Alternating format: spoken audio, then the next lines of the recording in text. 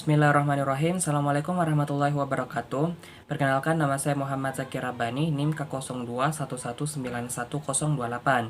Pada video kali ini saya akan mereview terkait dengan jurnal tentang epigenetik dan nutrigenetik.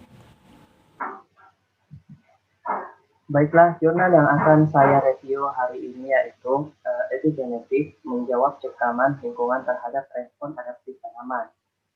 Jurnal ini dikeluarkan oleh Indonesian Research Institute of Biotechnology and Bioindustry.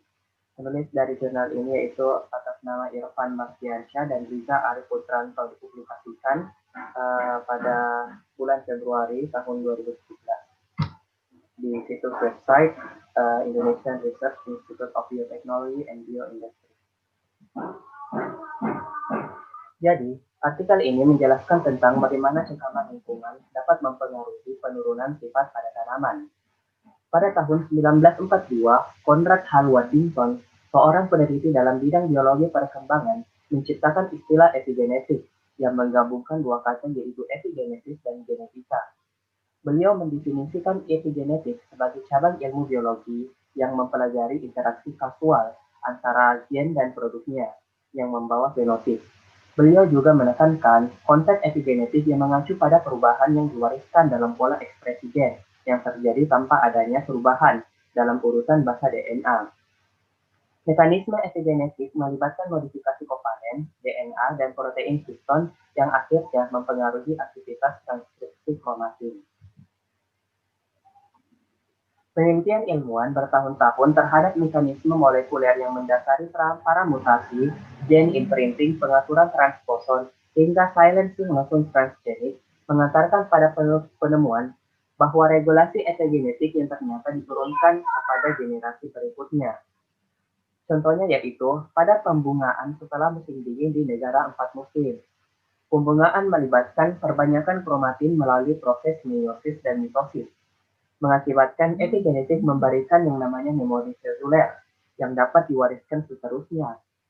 Remodelisasi kromatin pada pembungaan menekan gen flowering locus C atau FLC yang merupakan regulator negatif pada pembuangan, sehingga menyebabkan pembungaan terjadi. Proses tersebut berulang-ulang terjadi setiap musim dingin dan semi, sehingga generasi anakan dari tanaman tersebut dapat melakukan proses yang sama. Kemudian, lebih lanjut lagi, fungsi epigenetik juga ditemukan ketika tanaman tercekam oleh kondisi lingkungan yang tidak ideal atau mendapatkan stimulus eksternal. Hal ini pertama kali diungkapkan oleh Matt Ritov yang mengamati bahwa cekaman lingkungan mengaktifkan elemen berpindah transposable element atau TSE, atau yang dikenal sebagai transposon pada tanaman jagung. Beberapa tahun kemudian, beberapa riset menemukan berbagai jenis transposon yang diinduksi oleh cekaman abiotik dan biotik. Misal, pada retroelemen tipe LPR pada tembakau diinduksi oleh pelukaan atau serangan patogen.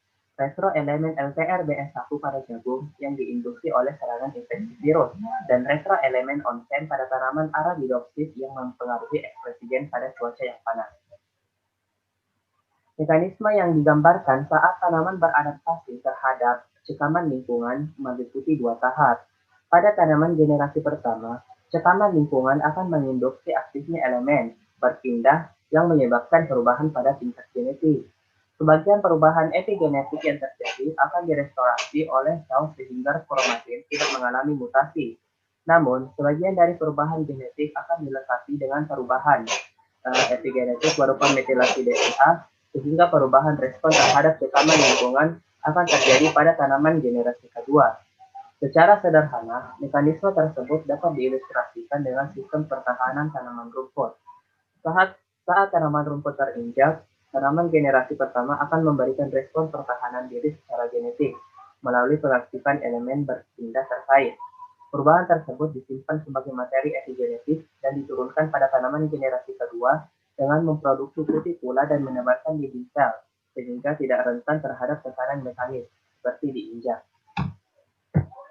Mekanisme respon tanaman terhadap cekaman lingkungan melalui epigenetik tersebut diprediksi sama ketika tanaman merespon stimulus eksternal Stimulus yang dimaksud oleh perlakuan pupuk, penambahan zat hara, aplikasi biostimulan, dan sebagainya. Mekanisme epigenetik melalui transposon bisa saja berperan sehingga mendorong ekspresi gen-gen terkait pertumbuhan dan perkembangan tanaman seperti asam giberelin dan sitokinin menjadi lebih efektif sehingga menghasilkan tanaman dengan produksi tinggi. Sebuah riset aplikasi biostimulan membuktikan bahwa aplikasi stimulus eksternal meningkatkan mekanisme respon pertahanan tanaman terhadap nematoda.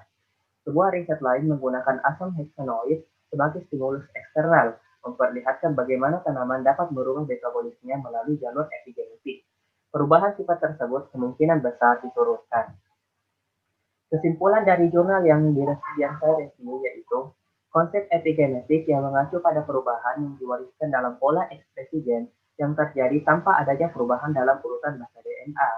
Epigenetik melibatkan dua mekanisme penting, yaitu metilasi DNA dan modifikasi histon.